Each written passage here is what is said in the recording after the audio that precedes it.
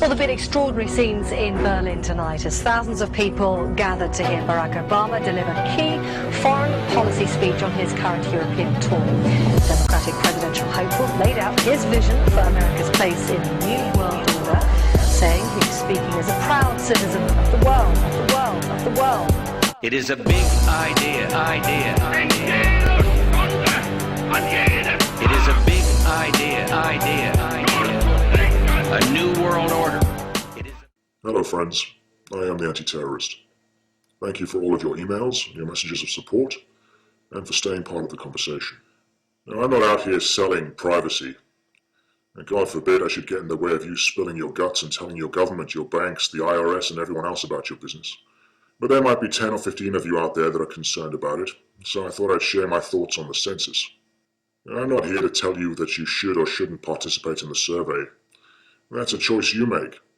But I've had a plethora of emails from people who don't want to participate, but they're a little nervous and timid about saying no. And what is it that's so hard about saying no? And when the drug dealer approaches you and says, "Hey, senor, you want to buy some crack cocaine?" Could you just say no then?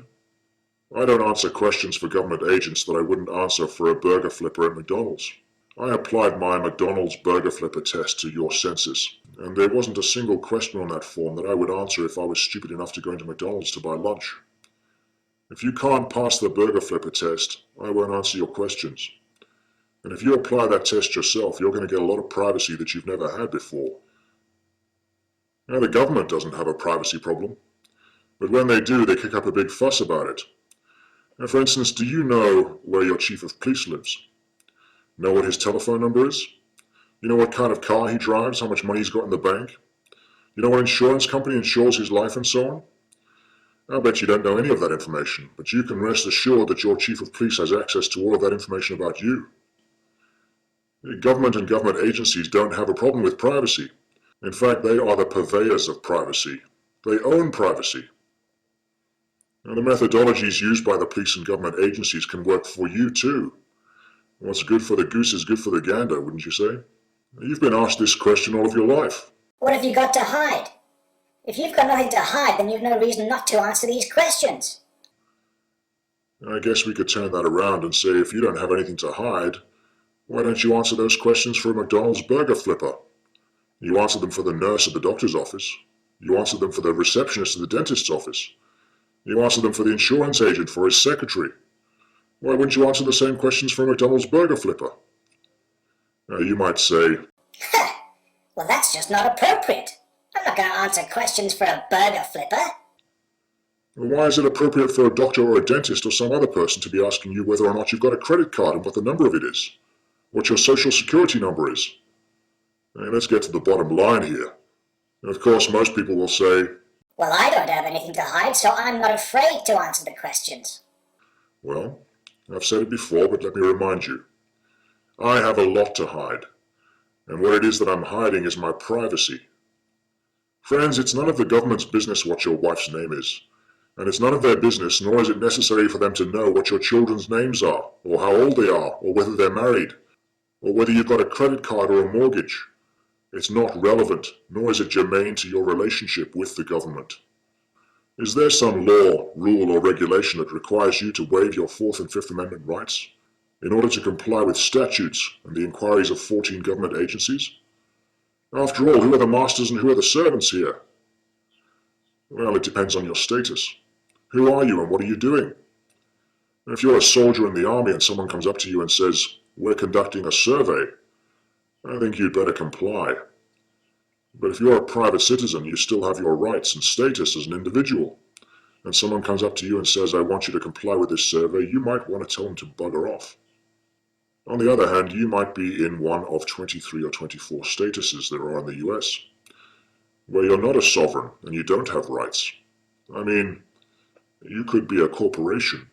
If you've got some contract or agreement in place, then all bets are off. But assuming that you do have rights and you haven't waived them or signed them away in some way or other, and I presume that you are one of those people, then you have no obligation to fill out the census whatsoever, in spite of the fact that on the front of the envelope it says your response is required by law.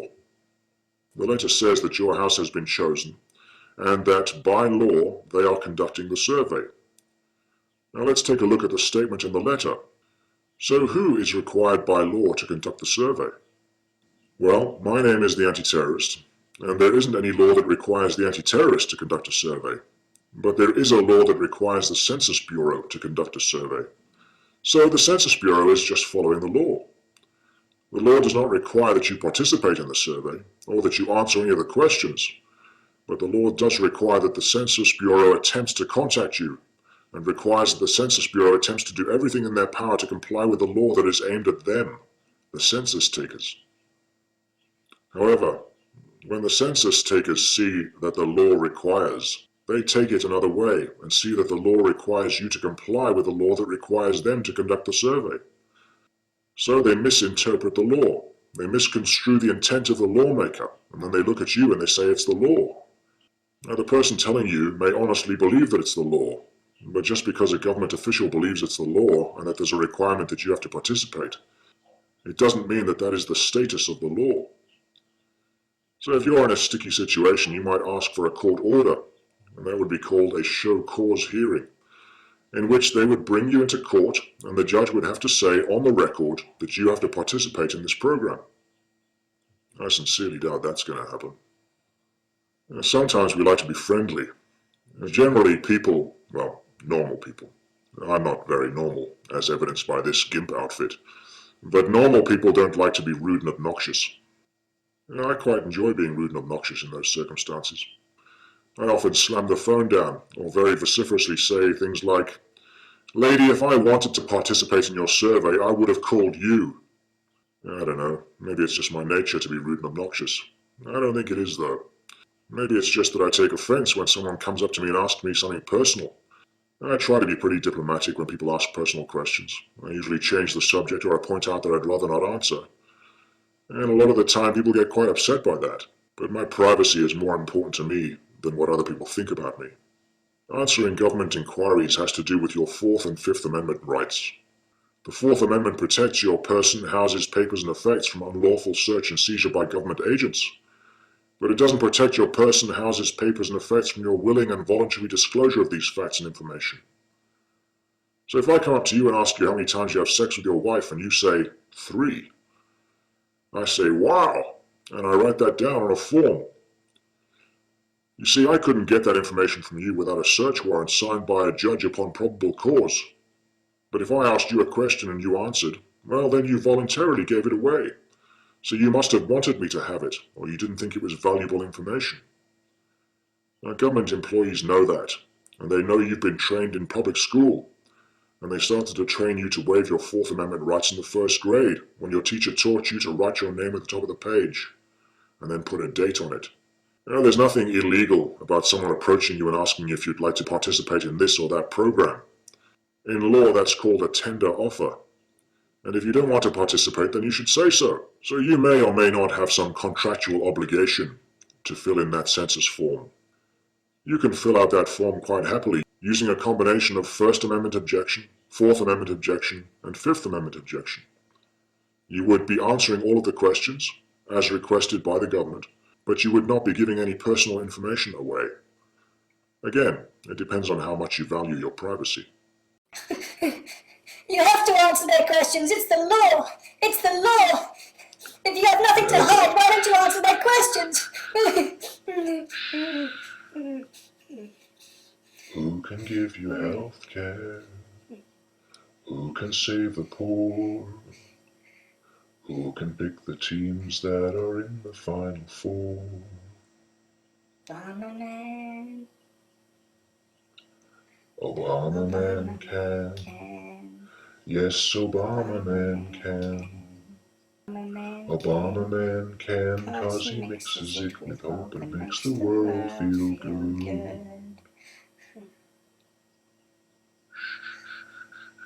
Obama man. You can't save them all. Now, my American friends, privacy is something that is very personal. It's protected by your Constitution. It's something that you own. It's a right. It's an intangible. It isn't something you can pick up like a glass of water and drink. Privacy is just as real as a glass of water, though, and it's yours. You own it, and you're the only person who can protect it. Thanks for listening.